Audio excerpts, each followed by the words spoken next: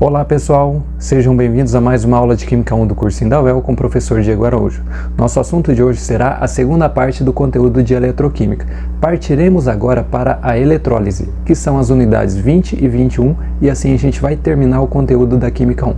Começando então, página 348, unidade 20. A primeira parte da eletrólise. Nas aulas anteriores a gente aprendeu esse conceito de eletroquímica, que é a parte da química que estuda as relações entre a energia elétrica e as reações químicas. Vimos que existem reações de oxirredução espontâneas que geram corrente elétrica, enquanto que existem reações de oxirredução não espontâneas, que elas são geradas a partir da passagem de corrente elétrica pelo sistema. Então assim a gente divide as pilhas, que são esses dispositivos geradores de corrente elétrica a partir de uma reação espontânea de oxirredução, e a eletrólise, que são reações de oxirredução não espontâneas que acontecem somente quando passa corrente elétrica pelo sistema. Beleza? Vamos lá então. Definindo a eletrólise. Eletrólise, lise, quebra, eletro, energia elétrica. Basicamente, a eletrólise vai ser a decomposição elétrica a partir da passagem de corrente elétrica pelo sistema. Então, teremos um processo não espontâneo, uma reação química não espontânea que só vai acontecer quando passa-se corrente elétrica pelo sistema. Montamos o esqueminha ali, ó. Então, a partir da passagem de corrente elétrica no sistema, teremos o desencadeamento da reação de oxirredução. Essa reação é uma reação não espontânea. Certo até aqui? Antes da gente aprender como funciona esse processo eletrolítico, conheceremos os dois tipos de eletrólise, a eletrólise ígnea e a eletrólise aquosa. E como se dá a diferença entre uma e outra? A diferença se dá pelo método de dissociação iônica, ou seja, separação dos íons, como esses íons são separados. Na eletrólise ígnea, temos a passagem de corrente elétrica por um sistema em que o composto iônico está fundido, está no estado líquido, enquanto que na eletrólise aquosa, a passagem de corrente elétrica se dá por um sistema em que o composto iônico está em solução aquosa, certo? A gente vai entender isso depois quando pegar esses dois tipos aí. Agora eu vou explicar para vocês como funciona a eletrólise. Pegaremos aqui um recipiente que a gente vai chamar de cuba eletrolítica.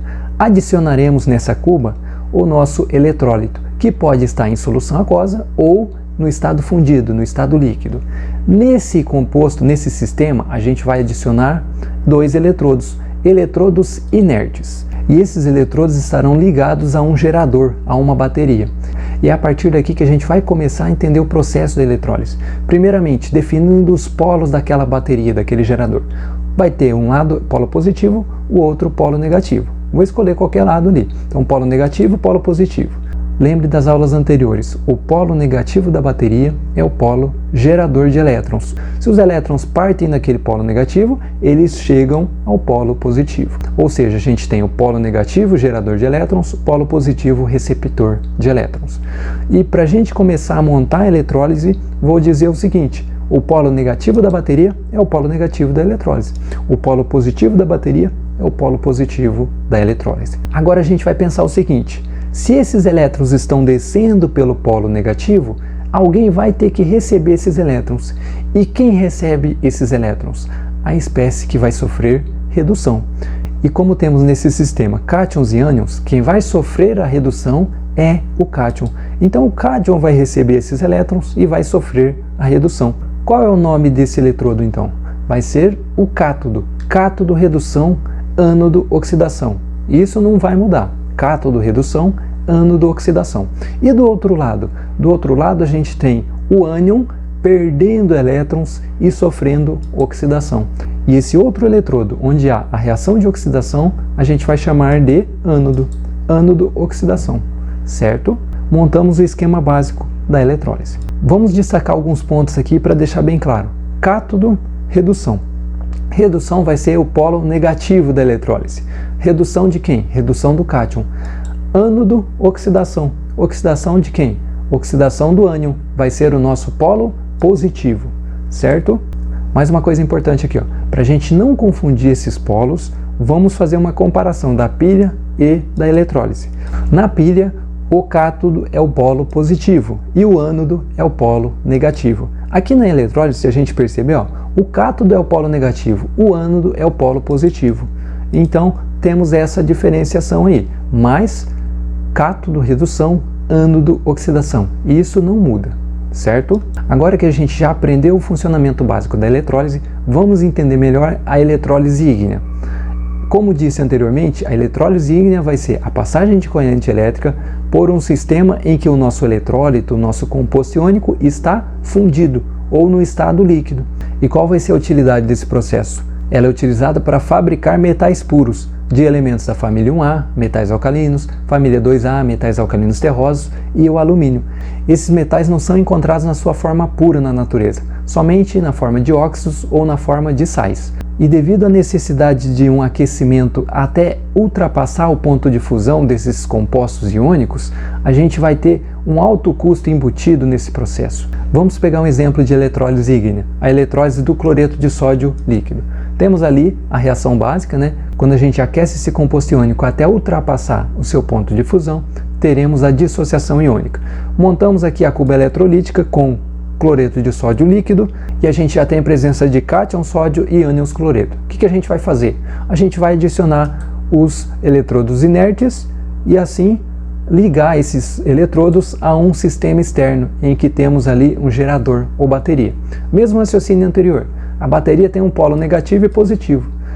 Polo negativo é o polo gerador de elétrons, polo positivo, polo receptor de elétrons. E agora, polo negativo da pilha, polo negativo da eletrólise, polo positivo da pilha, polo positivo da eletrólise. Se a gente já determinou o polo gerador de elétrons, os elétrons vão percorrer aquele circuito. Quem vai receber esses elétrons?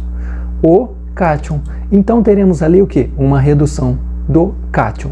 Redução do cátion a gente já acha o nosso cátodo. Do outro lado teremos alguém perdendo elétrons. Quem vai perder os elétrons? O ânion que vai sofrer a oxidação. Do outro lado então, oxidação do ânion, teremos o polo positivo, chamado de ânodo.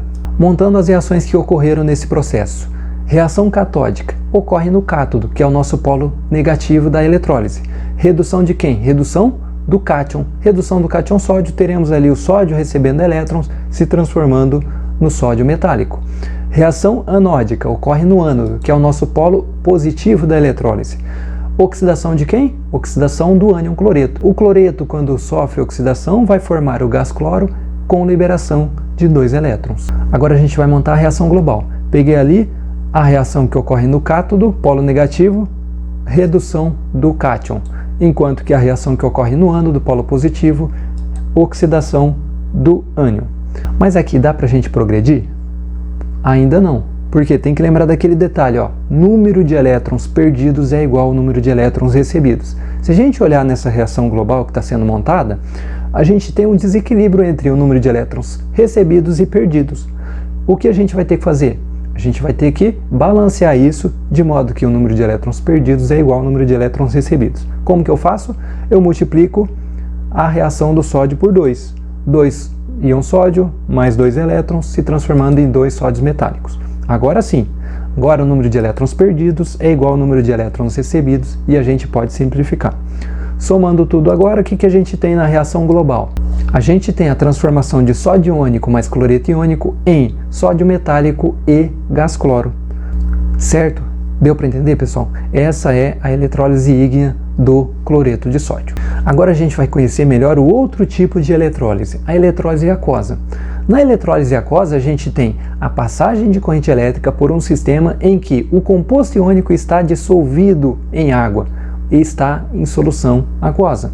Vamos ver como isso ocorre. Peguei um composto iônico AB, genérico, e adicionei esse composto na água. Na água teremos a dissociação iônica, formando os cátions A+, e os ânions B-. E a gente vai montar a célula eletrolítica. Temos ali a cuba eletrolítica com uma solução aquosa do AB, como a gente já sabe, né, tem íons A+ e íons B- em solução. Adicionaremos os 2 eletrodos inertes e ligaremos esses eletrodos a um sistema externo em que temos um gerador, uma bateria. Mesmo raciocínio, polo negativo e polo positivo da bateria. O polo negativo, polo gerador, polo positivo, polo receptor. Polo negativo da bateria é o polo negativo da eletrólise, polo positivo da bateria, polo positivo da eletrólise. Certo até aqui? Qual o detalhe? O elétron desce pelo sistema e alguém vai receber esses elétrons, alguém vai sofrer a redução. Mas tem um ponto importante aqui. A água sofre um fenômeno. Qual é o fenômeno que a água sofre? Um fenômeno chamado ionização. Quando a água sofre um fenômeno chamado ionização, vai formar íons H+ e OH-. E esses íons H+ e OH- estarão em solução também. E agora que vem a nossa pergunta. Dos ânions, quem vai sofrer a oxidação? E dos cátions, quem vai sofrer a redução?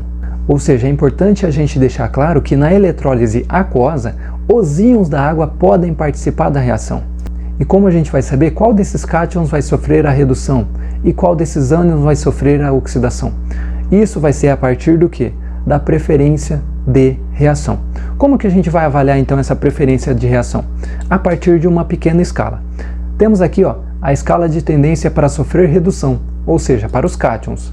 Nessa escala, quanto mais próximo da ponta da seta, maior a facilidade de sofrer redução. Quais são os cátions que têm maior dificuldade de reduzir? São os cátions da família 1A, cátions da família 2A e o alumínio, cátion alumínio. Esses cátions não vão reagir se tivermos o H+, ou seja, se tivermos um desses cátions em presença de H+, quem vai sofrer a reação é o H+. Agora, se tivermos ferro ou zinco na presença de H+, esses metais sofrerão a redução no lugar do H+. Agora, a tendência para sofrer oxidação, no caso dos ânions. Mesmo esquema aqui, temos a escala mostrando a facilidade de sofrer oxidação.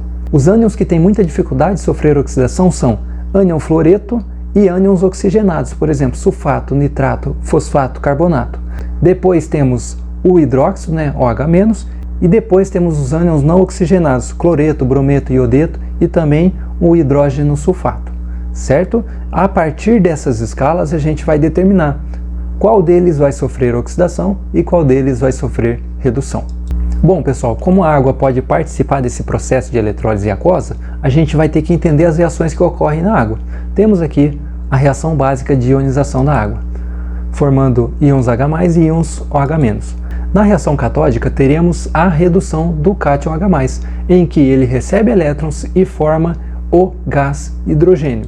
Enquanto que na reação anódica, teremos a oxidação do ânion OH-. A cada 2 mols de OH- teremos a formação de 1 mol de água, meio mol de O2 e liberação de 2 mols de elétrons. Juntando a reação catódica com a etapa inicial, que é a ionização da água, a gente vai ter o seguinte aqui na reação global.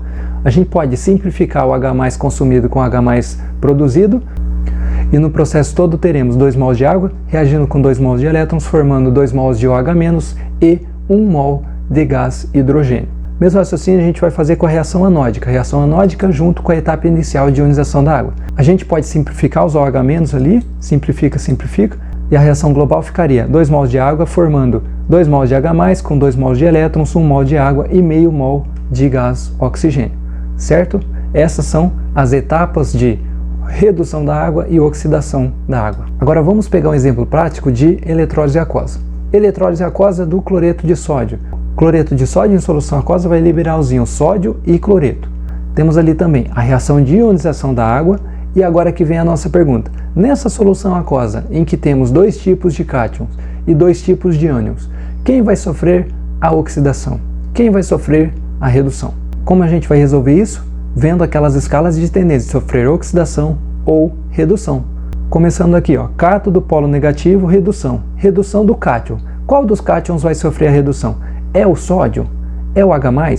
O sódio está na família 1A. O H+ tem maior tendência em sofrer a redução. Então a gente já descobriu quem vai sofrer a redução. Colocando ali então, o H+ vai sofrer a redução e teremos a reação aqui de H+, 2 elétrons, formando gás hidrogênio. Agora a reação anódica, ânodo oxidação, oxidação do ânion, polo positivo. Quem vai sofrer a oxidação? É o OH-? É o cloreto? Vamos ver na tabelinha. OH- ou o cloreto?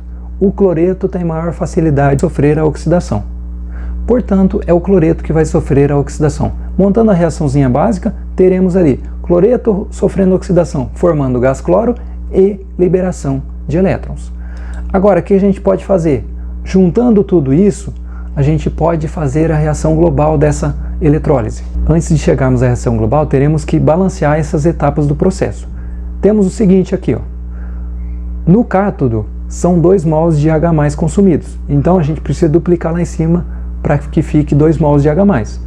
No ânodo, teremos 2 mols de cloreto. Teremos que duplicar lá em cima para ficar 2 mols de cloreto. Fazendo esse processo, duplicando os coeficientes da primeira reação, duplicando os coeficientes da segunda reação, a gente tem a quantidade balanceada. Agora, número de elétrons perdidos é igual ao número de elétrons recebidos? Sim, perfeito. Agora a gente vai continuar fazendo as simplificações aí para chegar na reação global. Simplifica H+ com H+, simplifica cloreto com cloreto. Tem mais alguma coisa para simplificar? Não, né?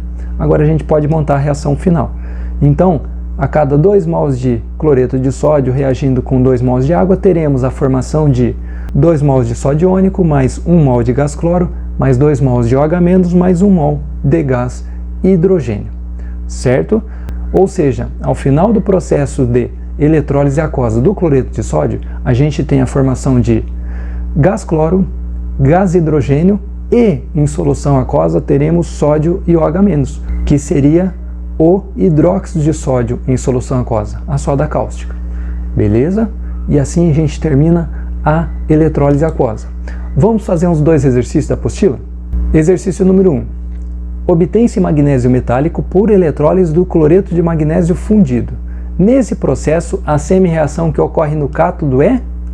Primeira coisa, essa daí é a eletrólise ígnea ou aquosa? É a eletrólise ígnea, cloreto de magnésio fundido. Beleza? A semi-reação que ocorre no cátodo. Todo mundo sabe que cátodo é onde ocorre a redução. Redução de quem? Redução do cátion. Qual vai ser o cátion aí? É o cátion magnésio. Magnésio 2+, recebendo elétrons. Dá pra gente já eliminar algumas, né? Letra A é absurda, não existe magnésio 2-. Letra B, magnésio perdendo elétrons. Tá errado. Letra C, cloreto. Tá errado, né? Letra D, magnésio recebendo 2 elétrons se transformando em magnésio NOx 0. Essa é a alternativa. Letra E, cloreto está errado. Achamos a alternativa, letra D, de dado. Vamos fazer o exercício número 8 agora. A figura representa uma célula de eletrólise de soluções aquosas com eletrodo inerte. Também são fornecidos os potenciais padrão de redução de algumas espécies. Vamos tentar entender esse esquema.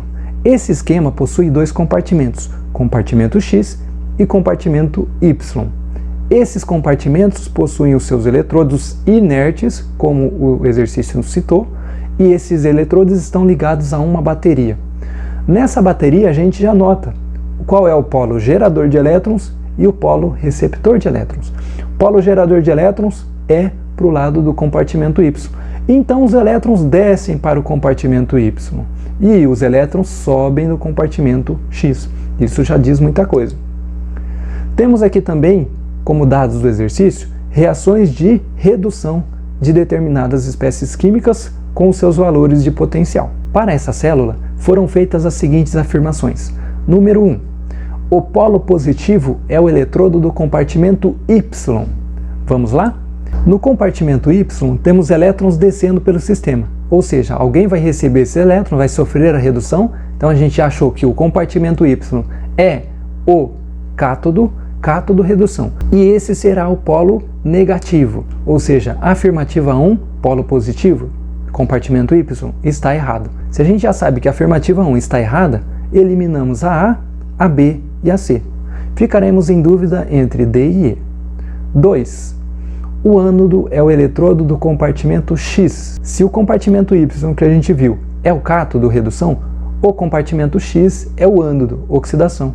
Logo, a afirmativa 2 está correta. Não ajudou, né? A gente ainda continua na dúvida entre D e E. Vamos para 3. A DDP da eletrólise de uma solução aquosa de cloreto de sódio é positiva? Lembra daquele conceito na aula passada? Que a DDP de uma pilha é sempre positiva?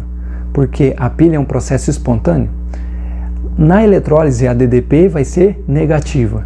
Então, essa afirmativa 3 está incorreta. E assim a gente já elimina a letra D.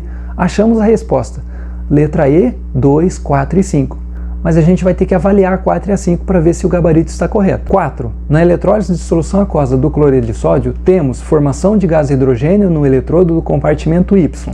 Vamos lá? Compartimento Y, a gente viu que houve a redução. Redução de quem? Redução do cátion. Cátion sódio e cátion H+. Quem vai sofrer a redução? É o cátion H+. Cátion H+, sofrendo redução, vai se transformar no gás hidrogênio. 4 está correto. 5. Na eletrólise de solução aquosa do cloreto de sódio, há a formação de gás cloro no compartimento X. Voltando ali, no compartimento X, teremos a reação de oxidação. Oxidação ânodo. Quem vai sofrer a oxidação? É o H- ou o cloreto? É o cloreto. Cloreto ânion não oxigenado vai sofrer a oxidação. O cloreto sofrendo oxidação vai se transformar no gás cloro. Então a afirmativa 5 também está correta. Nosso gabarito é a letra E. Beleza, pessoal? Assim a gente termina a aula de hoje. É a primeira parte da eletrólise. E na semana que vem a gente vai para a nossa última aula do curso de Química 1. Espero que tenham entendido a aula de hoje. Qualquer dúvida me procurem. Até mais. Tchau para vocês.